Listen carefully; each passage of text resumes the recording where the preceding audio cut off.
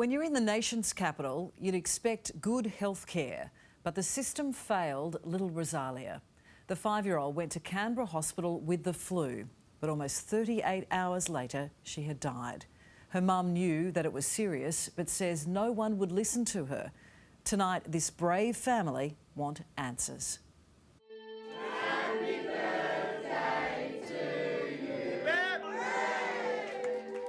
We took Rosalia in and we never came home with her. Hello, I'm Rosalia with smiley faces. Just a horror show, I think. It was just horrible.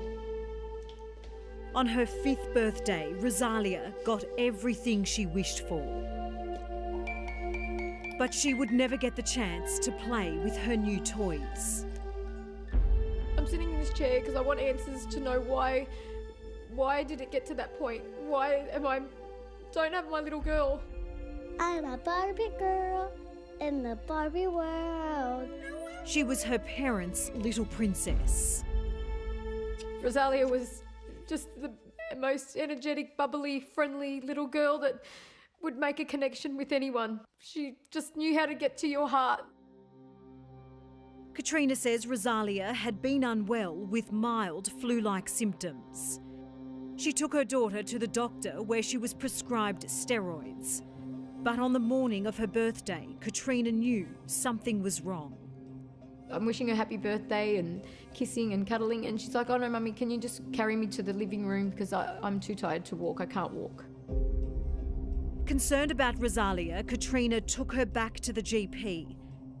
She was told to go to Canberra Hospital, the only place where blood tests could be done after hours. Got there at around 7. Someone comes out at about 9:30, tells us to go home.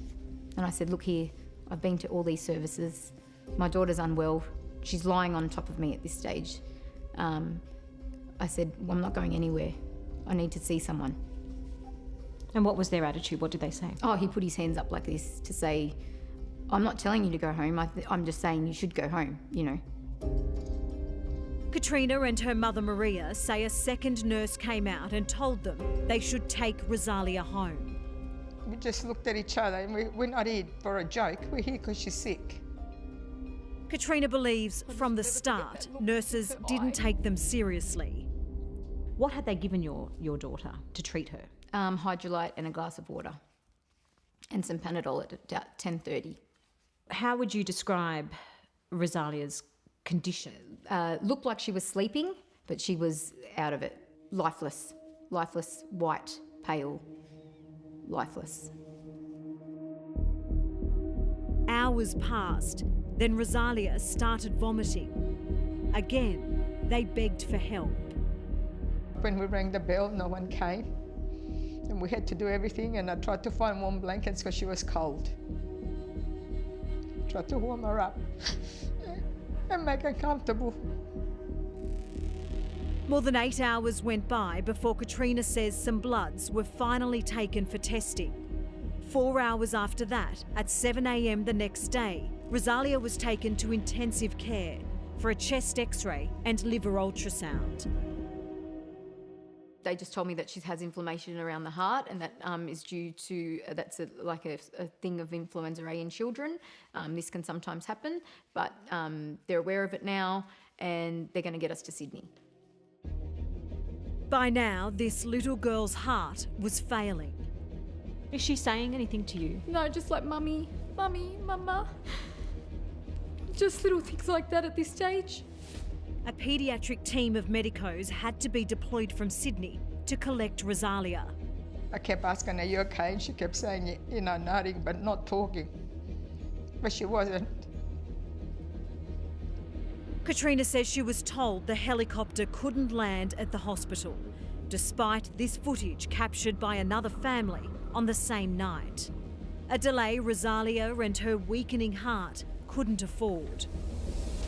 I look over to Rosalia and I could see that there was a glare in her eye. So I called my mum. She turned her little head and I'm calling her. She turned her little head, she looked at me, her eyes rolled back and then she went into like a convulsion fit. 1 hour of CPR couldn't save her. And they come and kept giving us little updates and saying, you know, she's okay. Oh, her heart's come back. She's going to be okay. She's going to be okay. Like I said, no, stop lying to me. Like, she's not going to be okay.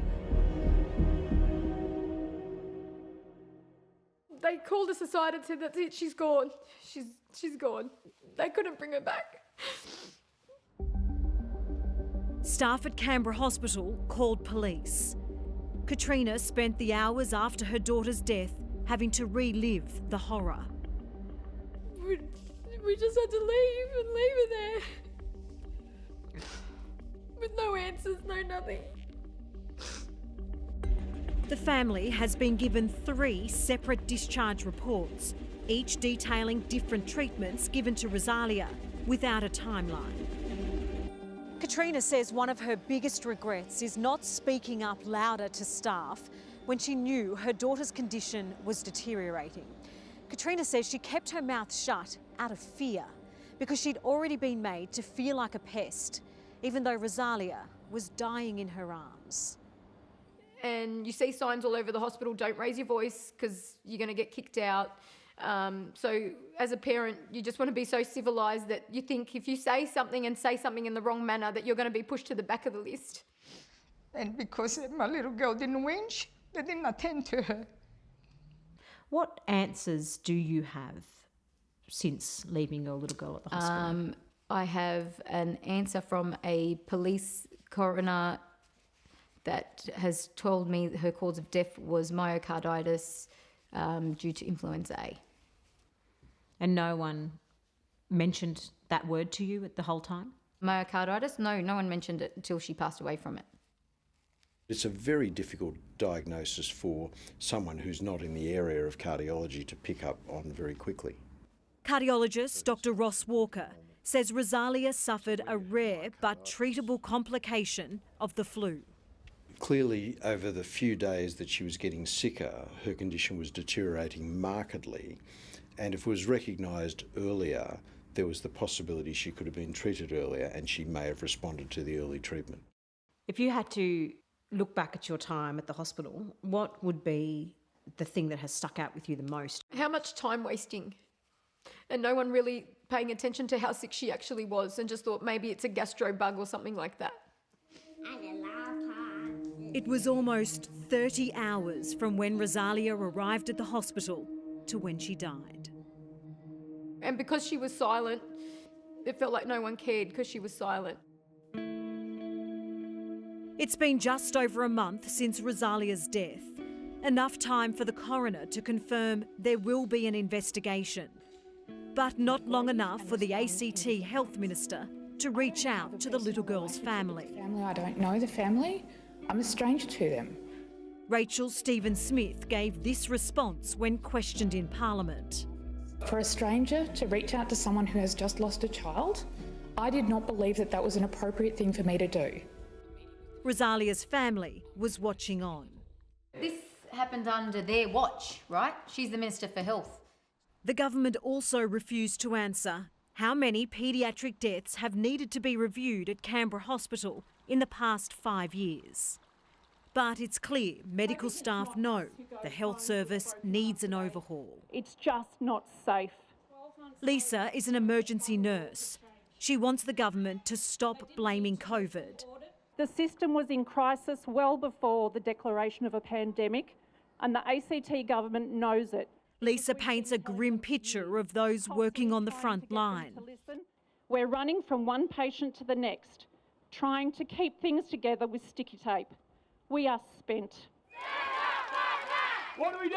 Stand up, fight back! This is a protest of exhausted nurses and midwives in a community that's been governed by Labor for more than 20 years. These medicos are wondering what will it take for their voices to be heard. Could it take the death of this little girl to finally convince cold-hearted bureaucrats that it is their responsibility to fix our crippled hospitals? The health system in Canberra is in crisis. The Territory's Shadow Health Minister, Leanne Castley. Many would say that all hospitals are in crisis right now. Why is it different in Canberra? The overwhelming thing we hear is culture, more complaints, bullying, harassment. Exhaustion. We know that junior nurses are being pushed into areas where they don't have experience. A recent survey found 74% of ACT nurses have considered leaving their job in the past 12 months. We won't let it rest like they let my little granddaughter rest. Yeah.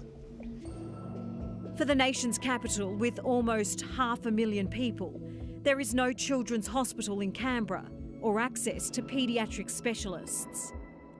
Rosalia's grandfather, Tony, says that must change.